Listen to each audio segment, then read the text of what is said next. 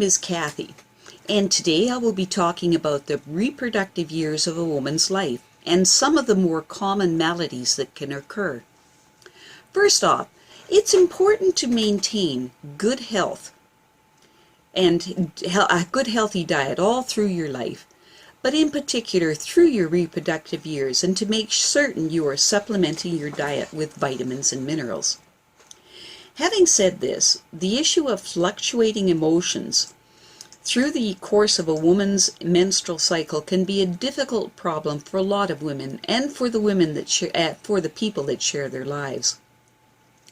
A proper diet and limiting things like alcohol and caffeine can make a world of difference in normalizing heavy mood swings. There are also a number of herbs that can be very beneficial to help with mood swings. The first is St. John's wort. I cannot recommend another herb in my herb cabinet that I could recommend more than this herb. If you are feeling moods of fear, depression, anxiety, and things of that nature, take 1 teaspoon of powdered St. John's wort with a glass of plain water, and you will feel your normal self in short order. I know this is dry and horrible for a moment, but the results are worth it. This herb borders on the miraculous in what I have seen it do for people. I have gotten people off of decades of use of antidepressants and mood elevator prescription drugs with the help of this magical herb. It truly is amazing. When you first start taking St. John's wort, take 1 teaspoon of the powder with a glass of plain water once in the morning every day. If your issues are more severe, then take it 2 or even 3 times a day until you begin to feel relief. Once that happens, starts to cut back on your intake. If you were taking 3 teaspoons a day, cut down to 2 teaspoons a day, then 1 teaspoon a day, and then a half a teaspoon a day. When you reach the point of a half a teaspoon a day, then start to skip days until you don't need to use it regularly anymore. At this point, you just use it when you feel the onset of a mood swing issue. 1 teaspoon in a glass of plain water. The next herb to use is passion flower. This herb is wonderful for battling anxiety, nervousness, and insomnia in some people. When you first start taking passion flower, you would take 1 teaspoon and steep it in a cup of boiling water for 5 minutes and drink. To start, you would drink 1 cup of this tea about 1 hour before your bedtime to help you with insomnia. If you want to use it to help with nervousness and anxiety, then you would drink the tea 2 to 3 times through the day. The same course of treatment as St. John's wort would apply here. Start off taking the passion flower tea 2 to 3 times a day. Then cut it back to 2 times a day, then 1 time a day, and then try to skip days until you no longer need it. The next herb to use is ginseng. This is an ancient and most well-known herb. It improves your resistance to stress. It also increases your stamina and endurance and improves your overall health and vitality. You take a half teaspoon of powdered ginseng root and a glass of plain water once a day. Do this on and off and on schedule throughout the year. For example, 2 to 3 months of every day you use it. For example, 2 to 3 months you use it every day, and then take 1 month off. Then do another 2 to 3 months of the ginseng use, and so forth. Alternate back and forth like this. Don't take ginseng every single day. Kava is another item to try for mood swings, anxiety, and insomnia. It is a powdered root that is used here, but it has to be treated first to extract the active ingredient. Because of this, it's best to buy a prepared Kava product and follow the instructions on dosage that is listed on the label, because it's different for different manufacturers of it. Okay, next on our list for this time of a female's life is menstrual issues. The first thing that springs to mind is menstrual cramps. This is a real problem for a lot of women. I had an aunt who used to suffer terribly with this.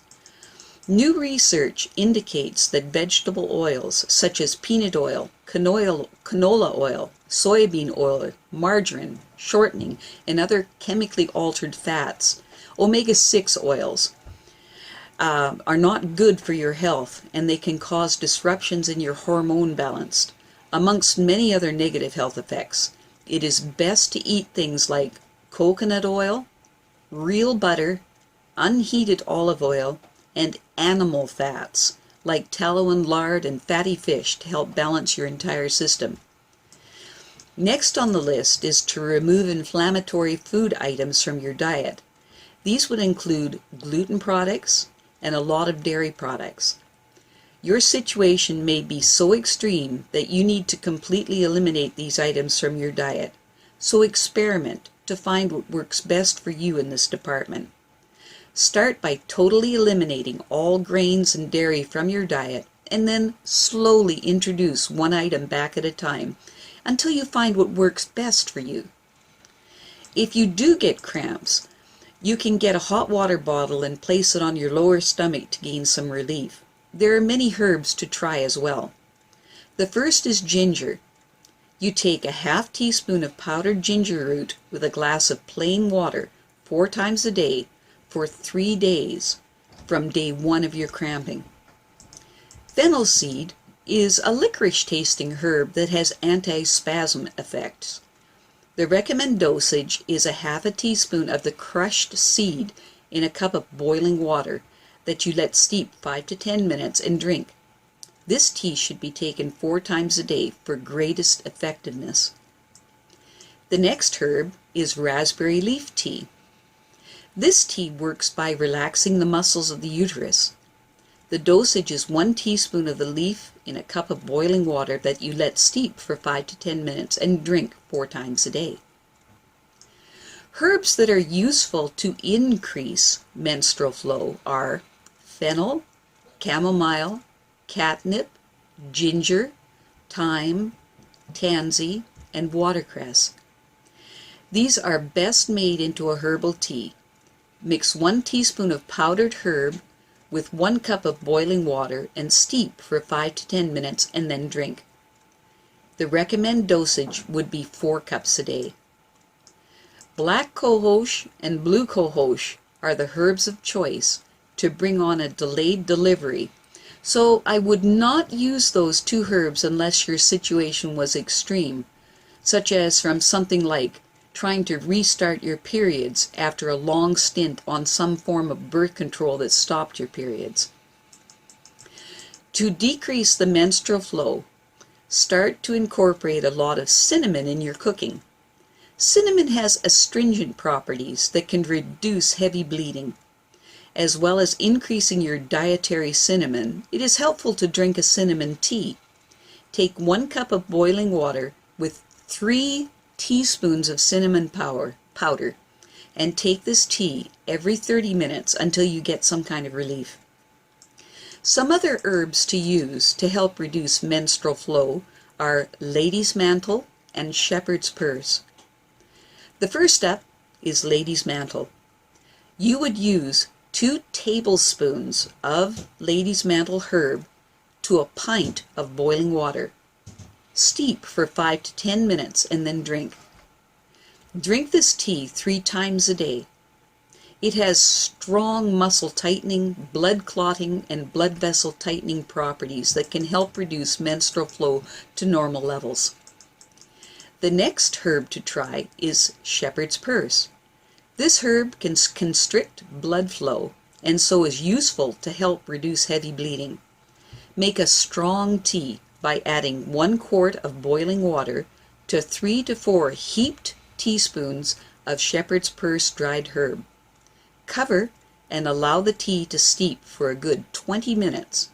Strain and allow to cool before you drink it. As soon as the treatment is obviously working, you can stop it, but if necessary, you can take a dose every 1 to 2 hours, up to 6 doses in a day. Well, that's it for now. To stay up to date with my latest videos, make sure to subscribe to this free YouTube channel by clicking the red subscription button right below this video. Take care and stay naturally healthy.